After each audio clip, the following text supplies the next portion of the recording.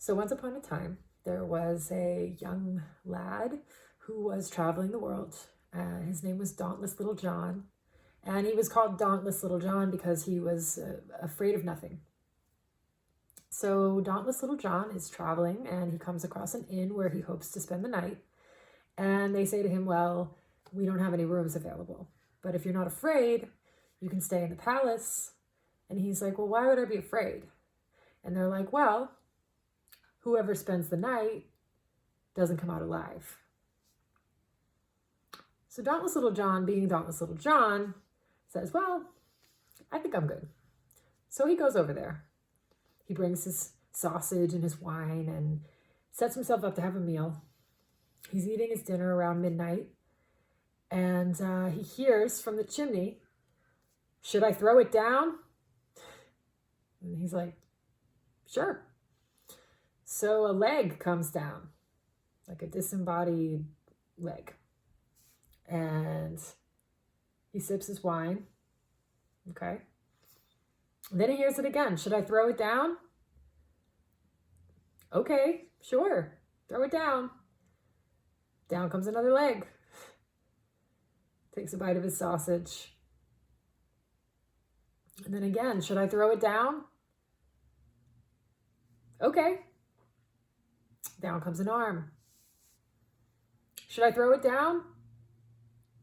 Another arm. He hears it again. Should I throw it down? Down comes a torso this time. And as the torso comes down, the limbs grab onto it, and now a headless man stands before him. He whistles a tune, sips his wine. Interesting. And then, should I throw it down? By all means, throw it down. Down comes a head. The head pops onto the body, and there before him stands a giant. So he's eating. He's not really too fazed by the fact that a giant, limb by limb, just came down the chimney and came together and is now standing before him. So the giant decides to take Little John for a walk through the palace. So they go through all the rooms until they reach a little doorway underneath a staircase. And the giant is like, open it.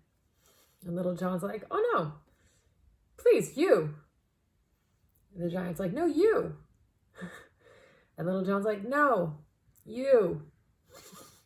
So the giant opens the door and he says, okay, after you, there's a staircase, a spiral staircase. After you. Little John, clearly not one to be bossed around at this point, says, no, I'm following you. So the giant goes down the stairs. Little John follows him. They come down to this cellar, and there's a stone slab on the floor. And the giant says, open it. And Little John says, you can probably guess what he says, no, I insist, you open it. So the giant lifts it up like it's nothing, being a giant and all. It's a stone slab, but to him it's really no big deal. Opens it up, and there are 3 pots of gold. So naturally, he tells Little John, carry it upstairs. And Little John is like, no, you carry it upstairs. So the giant does. He carries the 3 pots of gold upstairs, and they come back into the room with the fireplace where John was having his dinner. And the giant says to him, the spell is broken. He says, the spell is broken. Now at this point, one of his arms falls off and slides its way up the chimney. And John's like, okay. And he says, this pot of gold, this is for you. Another arm pops off, crawls up the chimney, and says, this pot of gold, this is for the people who are going to come here tomorrow morning looking for your remains. Give that to them.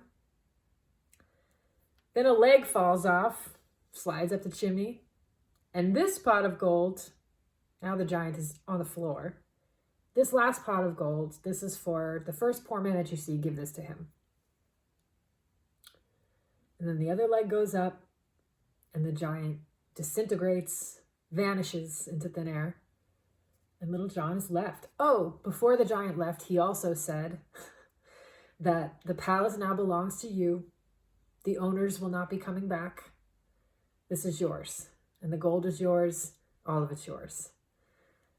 So Little John is, I think he's stoked at this point. He has just passed some sort of test, and now he gets to stay in this palace, and all this gold is his too.